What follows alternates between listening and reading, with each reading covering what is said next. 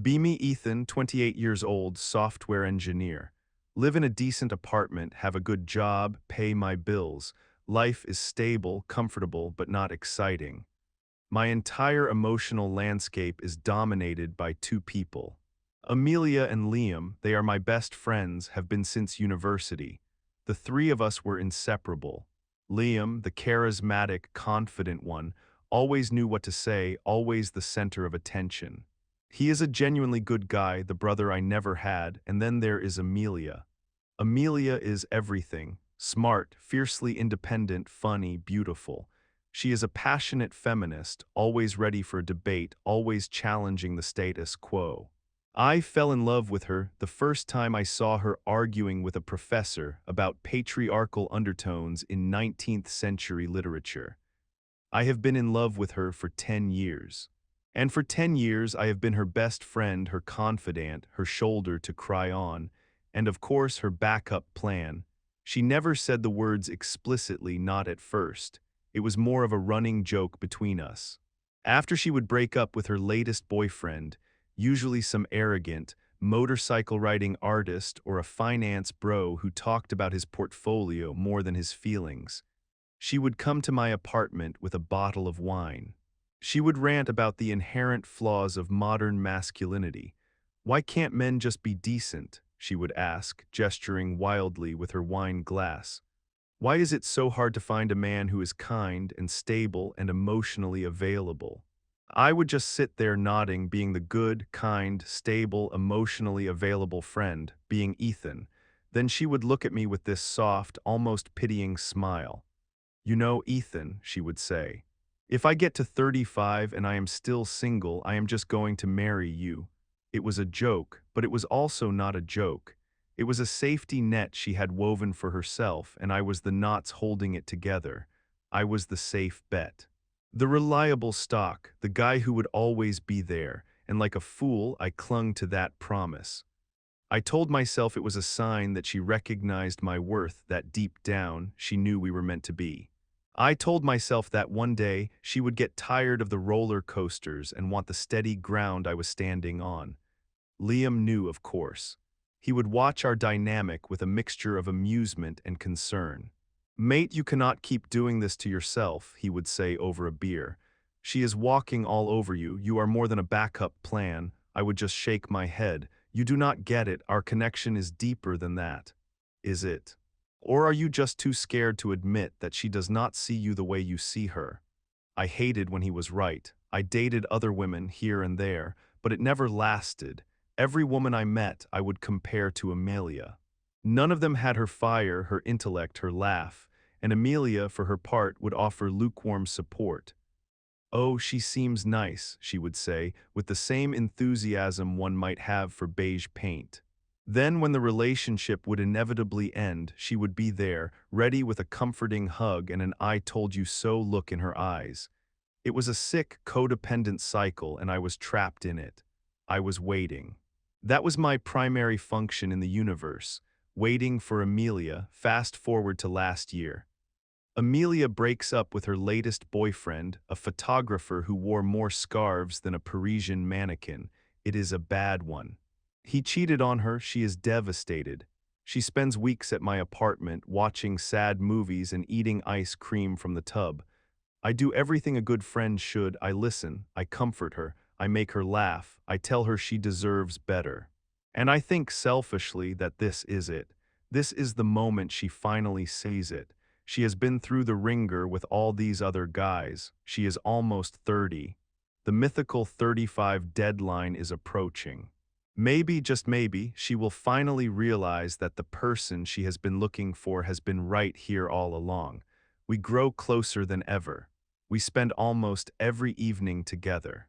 We cook dinner, we watch documentaries, we talk for hours about everything and nothing. It feels domestic. It feels right. One night we are sitting on my couch, the city lights twinkling outside my window. The bottle of wine is half empty. She rests her head on my shoulder. Ethan, she says softly, thank you for everything. I do not know what I would do without you. My heart is pounding in my chest. This is my chance. Amelia, I start, my voice barely a whisper. But I never get to finish. She lifts her head and looks at me, her eyes shining. I have something to tell you, she says, a huge smile spreading across her face. I think I have finally found someone. My blood runs cold.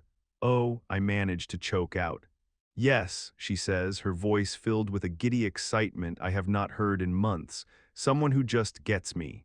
Someone who challenges me. It is new, but it feels so real. I force a smile. That is great, Amelia. I am happy for you. Who is he? She bites her lip, a playful glimmer in her eye. I want to tell you and Liam at the same time. Can we all have dinner on Friday? My stomach twists into a knot of dread, but I agree, because I am the good guy, I am the supportive friend. Friday comes. We meet at our favorite Italian restaurant. Liam is already there, looking relaxed and happy. He gives me a bro hug. Hey man, how are you? Good, I lie. Amelia arrives a few minutes later and she is glowing. Absolutely radiant. She is wearing a beautiful green dress that brings out the color of her eyes. She kisses me on the cheek, then slides into the booth next to Liam and gives him a quick, affectionate squeeze on the arm. A small gesture, but it feels like a punch to the gut. We make small talk. The waiter takes our order. The tension inside me is unbearable. I just want her to spit it out. Finally, after the appetizers arrive, Amelia claps her hands together. Okay, so the reason I wanted us all here tonight. She takes a deep breath. Liam is smiling at her, a warm, encouraging smile. Well, for the past few months, Liam and I have been seeing each other. The world stops. The clatter of silverware, the murmur of conversations, the soft music, it all fades into a dull roar in my ears. I look at Liam, my best friend. My brother, he is not looking at me. He is looking at her, and the way he is looking at her, it is the way I have been looking at her for a decade. Amelia is still talking, and it has been the most amazing time of my life. I have never felt this way before. He is everything I have ever wanted. She turns to me, her eyes pleading for my approval. Ethan, are you okay? I open my mouth, but no words come out. I feel like I have been stabbed. Not just stabbed, but stabbed with a knife that Liam sharpened and Amelia guided. Liam finally looks at me. He has the decency to look guilty. Mate, I wanted to tell you, he says, his voice low. It happened so fast. How long? I ask, my voice sounding distant and hollow even to my own ears. A couple of months, Amelia says quietly, just after with Marco. So while I was holding her, comforting her, thinking I was finally making progress, she was sneaking around with him. My best friend, and there is something else, Amelia says, her voice trembling with excitement. She holds up her left hand. A diamond ring sparkles on her finger. We are engaged. That is when the floor truly falls out from under me. Engaged, they have been dating for a few months and they are engaged. I have been waiting for 10 years and I never even got a first date. I look from the ring to Liam's face, then to Amelia's. They look so happy, so perfect together. And I am just the wreckage. I have to go, I stammer, pushing myself out of the booth. Ethan, wait, Amelia calls after me, but I do not. I walk out of the restaurant and into the cold night air and I just keep walking. I do not know where I am going, I just know I have to get away from them, from the looks on their faces, from the sound of her voice saying his name, from the crushing weight of 10 years of wasted hope. The next few weeks are a blur of misery. I ignore their calls, their texts, their voicemails. I call in sick to work.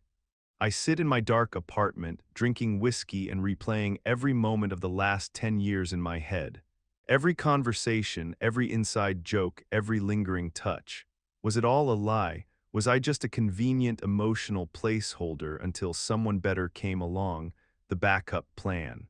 I always knew it, but I never truly believed it until now. The phrase echoes in my mind, a mantra of my own stupidity. Backup plan, backup plan, backup plan. Liam shows up at my apartment one evening.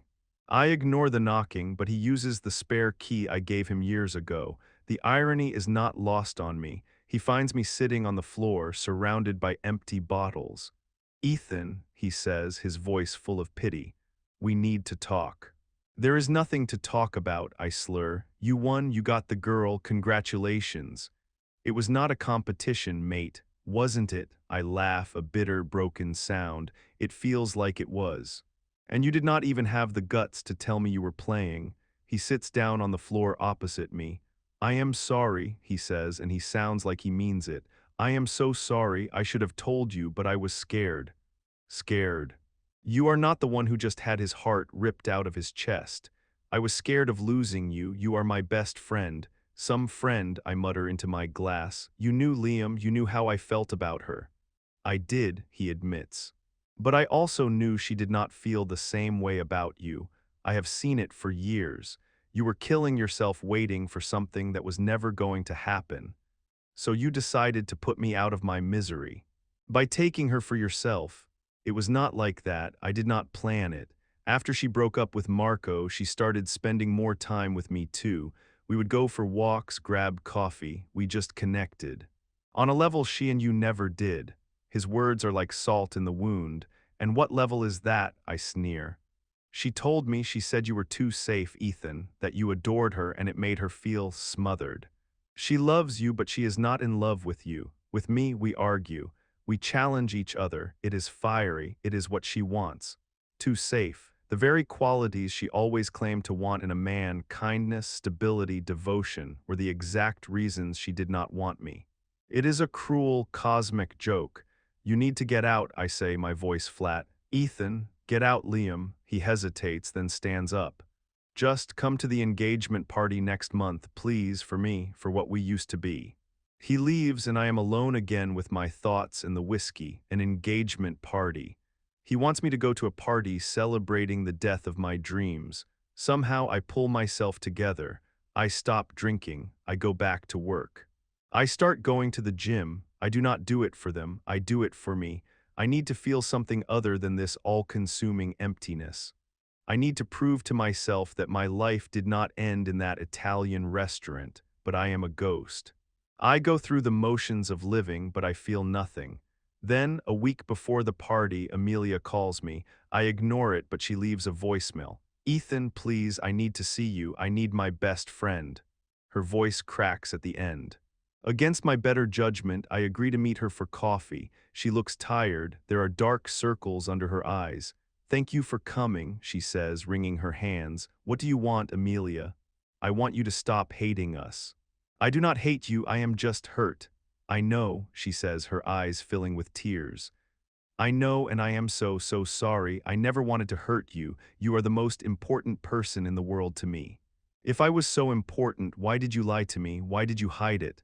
Because I knew it would hurt you, and I was a coward. Liam and I, it was just a spark at first. I did not think it would turn into this, but it did. And it is real, Ethan. I love him. I get it. He is a challenge. He is fiery. I am just the boring, safe backup plan. She flinches as if I had slapped her. That is not fair, she whispers. Is it not? What was that 35-year-old promise then, Amelia? Was that just a fun little game to keep me on the hook? No, it was real to me in a way. I always thought you are my perfect man on paper. You are kind and smart and stable, but the chemistry was never there, the spark, I tried to feel it. I really did, but it was just comfortable like a brother, the ultimate friend zone cliché. So what now? I ask, my voice devoid of emotion.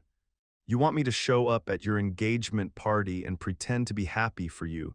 You want me to be your best man at the wedding. She looks up, a flicker of hope in her tear-filled eyes. Would you?